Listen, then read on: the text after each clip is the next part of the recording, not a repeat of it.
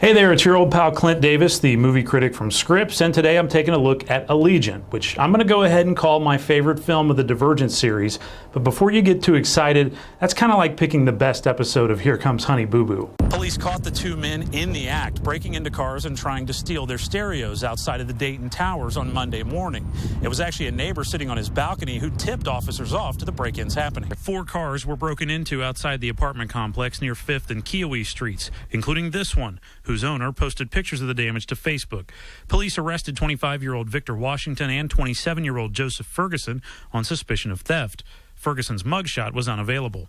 I guess it's an easy spot to do that, but, you know, we got balconies, so. Not only balconies, but cameras and a fence around the parking lot as well. AKA the Oscars, where Hollywood's whitest stars, did I say whitest?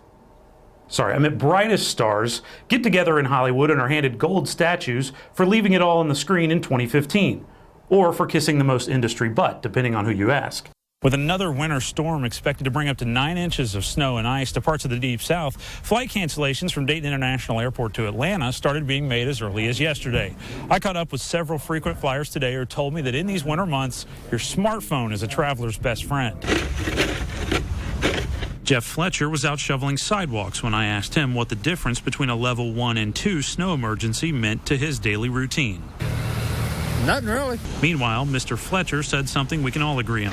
And I wish it was springtime right now. Although you may not find a ton of snow all over the ground across Clark County, Sheriff Kelly did tell me he is going to keep the county under at least a level 1 snow emergency through tomorrow because of that bitter cold that we're all expected to feel. Reporting in Springfield, Clint Davis, News Center 7. The pursuit stretched across 4 counties and reached speeds of well over 100 miles per hour. It also lasted longer than an episode of any police show and had all the drama. This video from the dashboard camera of an Ohio State trooper captures some of the speed involved in the pursuit, which topped 120 miles per hour. And the best part is, no matter what crazy skill you can think of, it's probably already been listed by other actual people on LinkedIn. Check this out. The skill murder is listed on over 50,000 profiles. That's 50,000 people who are just flat out saying, I'm pretty good at murdering people. Meanwhile, only 164 people say they're good at boomerangs.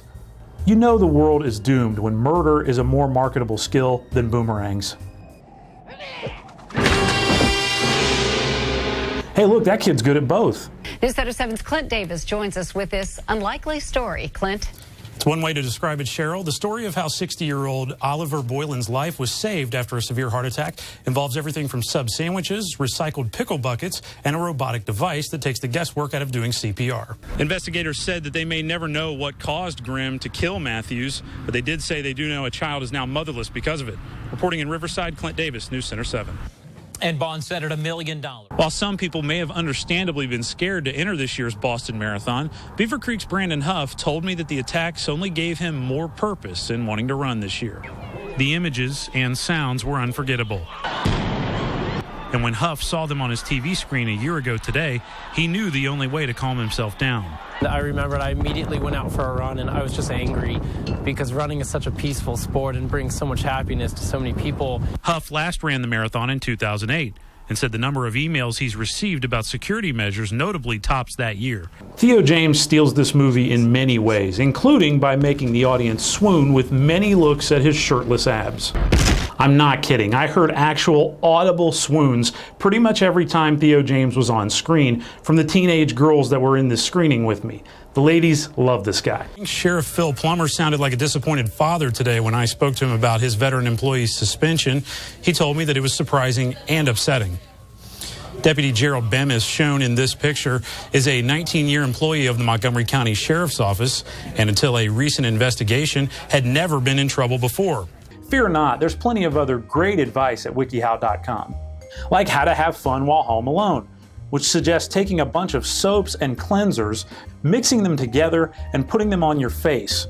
And also a great piece on how to go from ugly to popular. Sexism rules. I'm talking about registering for classes. Now, I know you guys want to act like you're too cool for school, like you've never done it. You've never gotten up at 6:45 in the morning. You know, your eyes are hurting, you're rubbing them, getting the sleeps out. You get to your computer and you realize it's not quite time yet. It hasn't opened up yet. You can't register. So you figure I'll hit the John real quick. That's right. You know, you kind of sit and idle, so you go and you take care of business. By the time you get back to your computer, what happens, Clint? But you're locked out of your classes. You see a bunch of ugly C's next to see every a bunch class. of C's, exactly, which of course stands for closed. So where are we? We're in the lost world of Lot 20 today, and the reason I call it the lost world is because it really has no connection at all to the campus whatsoever. No, It's about as remote as you can get. It comes up when you're coming down University Boulevard. You just happen to see it on your right. It's kind of like an island all on its own. But what happens if the first review you happen to see at the top of the page comes from some basement-dwelling hater of a film critic who writes for a newspaper in Toadsuck, Arkansas? And speaking of awkward dialogue, listen to this line that Chris Christopherson spits at Porter late in the film. Tell me where John is and I'll finish you quick. I promise you won't have to find out what your left ball tastes like. I don't care how you feel about country music, but Chris Christopherson is one of the best songwriters in music history. I mean, this is the guy that put pen to paper and wrote Sunday Morning Coming Down.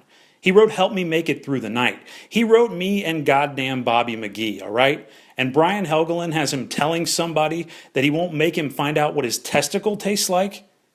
It's a travesty. Here's a little film school 101 for you. You want to make a scene intense? Just add rain. Hey, Ian, freeze! You want to make things really sad? Add rain. What if you want to make things really steamy? Why not try some rain? Hi, I'm Clint Davis for Weathersphere. Rain has been a part of some of the best movie moments in history, and why not? It's ripe with symbolism, it's pretty cool to look at, and it's a pretty easy effect to pull off. If this doesn't pump you up, you need to get a physical.